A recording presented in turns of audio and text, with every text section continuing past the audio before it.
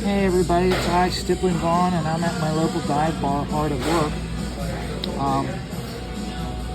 This is where I get all my work done. It's the reason why I don't have any control over what we're hearing in the background with the music.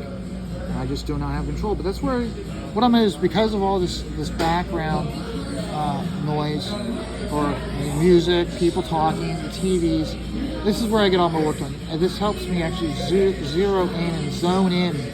And I just go into a zone and I get my work done. So, Danger, Vanessa, and I were by ourselves because of the other hosts having stuff going on, such as work, or the one she had a concert with her daughter. So they weren't able. So it was just the two of us. So we discussed about the writer's strike and how it's going to affect entertainment. And I'm of the very strong opinion that we're going to have streamers like Nick Ricada, Eric July, Neurotic.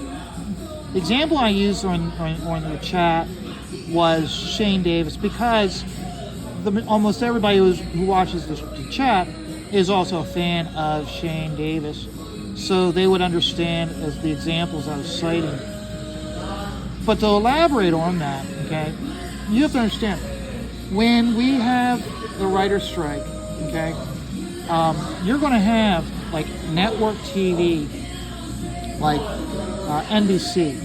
Okay, they need to maintain content to satisfy their advertisers. We're already seeing that where they're already yanking they're re-airing shows that were supposed to be exclusive to the networks like Yellowstone, how that's supposed to be exclusive to Paramount, and how now we're starting to see it on network TV.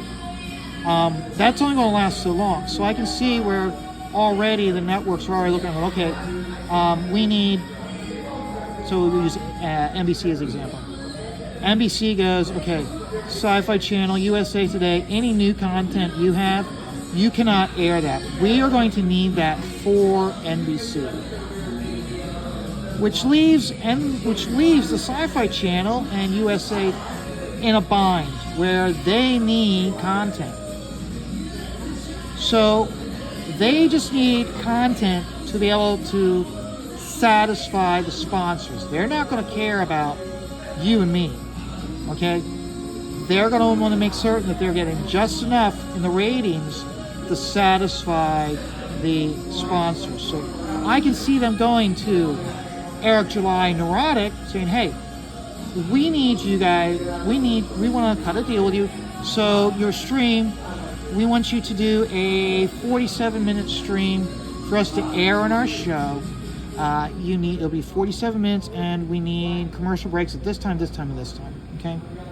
Which those guys can do it, okay? Eric July, if he's doing it, all he's got to do is, like, he does a 47-minute show. At the end of the 47-minute show, he then states, hey, and let's say he's just doing when he's regular streaming. And he says, okay, this is the network break. If you want to keep watching, I got more content for you over on my show or on YouTube. Okay, and during that 47 minutes, he's going to be showing his ISOM ad. Okay, he's going to show his commercial, his movie trailer for ISOM 3 times. That's so that way the networks know, okay, that's where our ad break is, so we can re-air it.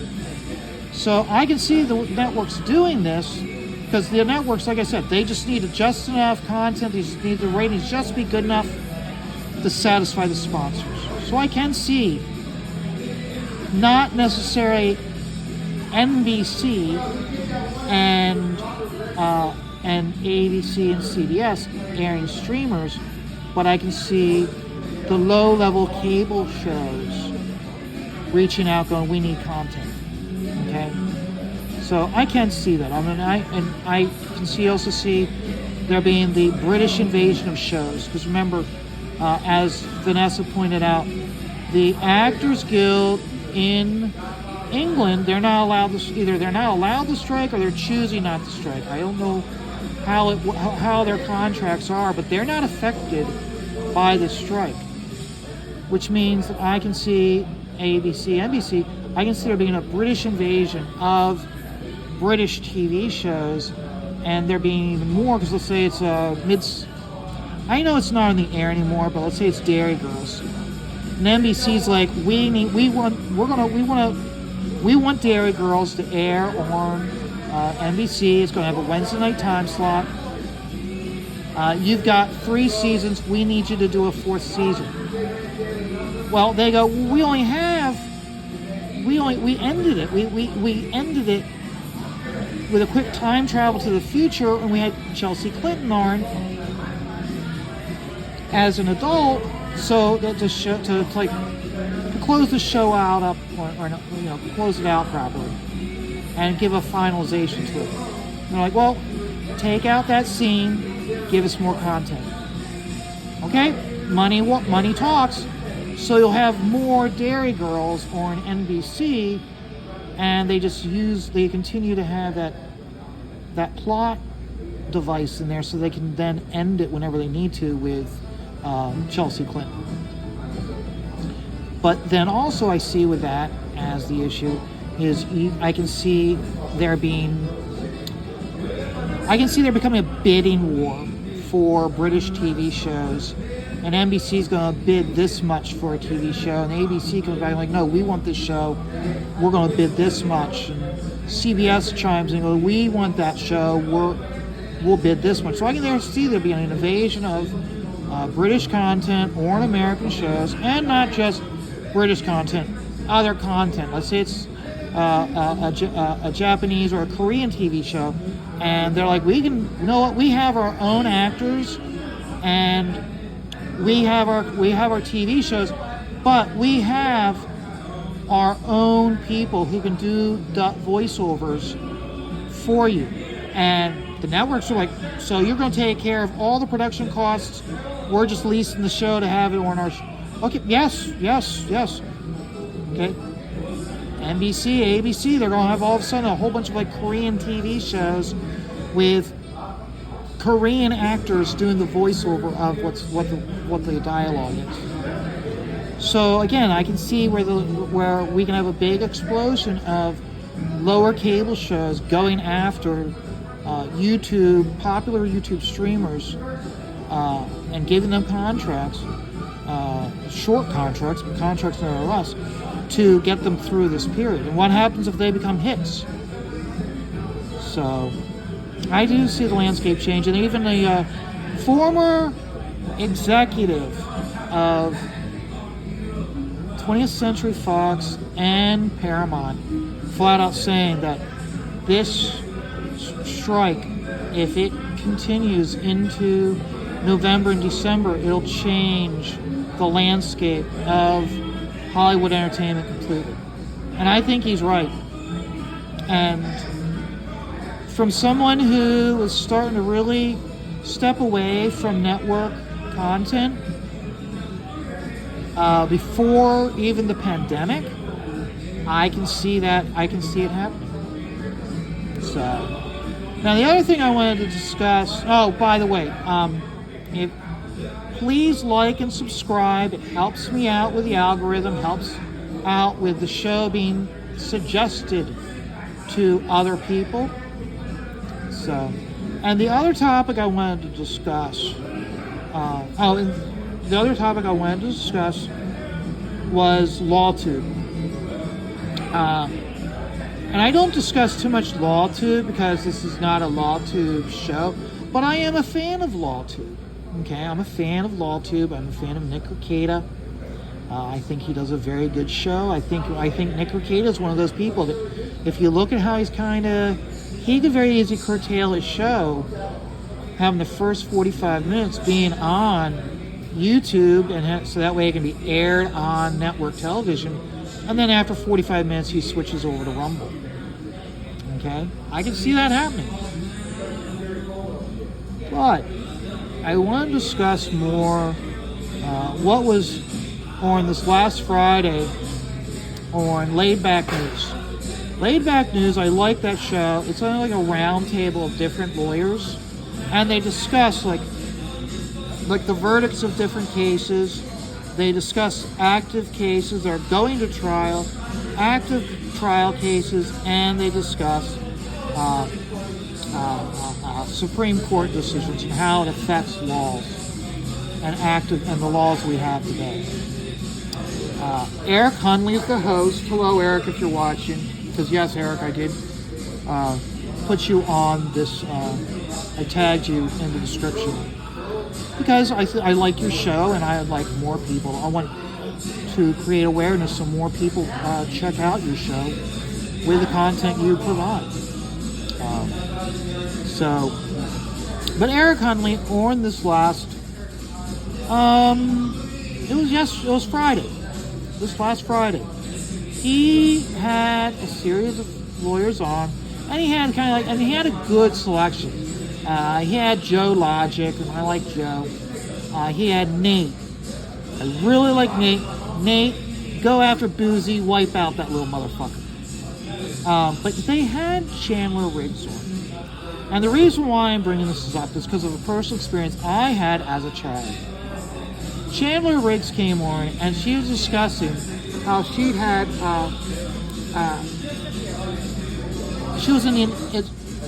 she had some physical trauma which resulted in her going to see a therapist. And the therapist was pushing her personal ideology on her patient. And that's not what they're to do. She posted it to Twitter, her interaction without naming the therapist. She actually had interaction with Elon about it. So when the therapist reached out to her via electronic mail and asking her why she wasn't coming to see her anymore, she sent her the news article showing their interaction. She never heard back from her. Well, first of all, I say good for her for calling without being professional and showing. Here's my thing. Chandler was showing more respect to her therapist than her therapist was showing to her. She could have gone out and she could have named the therapist not by name and exposed the whole world. This woman is a fraud. She's a leftist and she's going to push her ideology on you. If you don't share her values, don't go to see her. She didn't do these things. But she did express her interaction with it to Elon, and it became a news article. And it made me think of what I personally went through myself. When my parents went through their divorce, and I was a child. So this was, I want to say, early to mid-'80s. Yeah, I'd say about that. I went to see the therapist. I think it was my father who wanted me to see the therapist. Because I always remember my father taking me to see her. I don't recall my mom ever taking me. Okay? Well, here's the thing. Why was my father taking me to see a therapist? Because of him divorcing my mother. Could have been because he was the one who was cheating on my mother and he was leaving her for another woman who was only 4 to 5 years older than me. So maybe she was a little bit older, but she was it was one of those deals where it was like that woman was, she was definitely within 10 years of my age. Maybe it was like 6, maybe 7.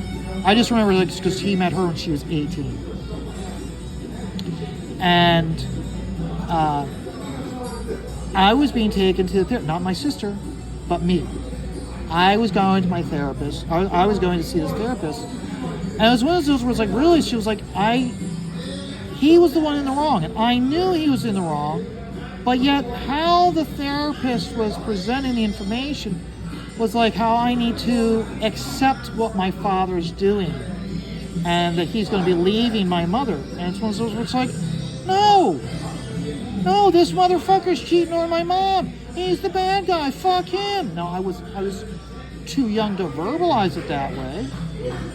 But it really came where I was being pushed to accept this ideology. Now, I never got an apology from him for what he was doing.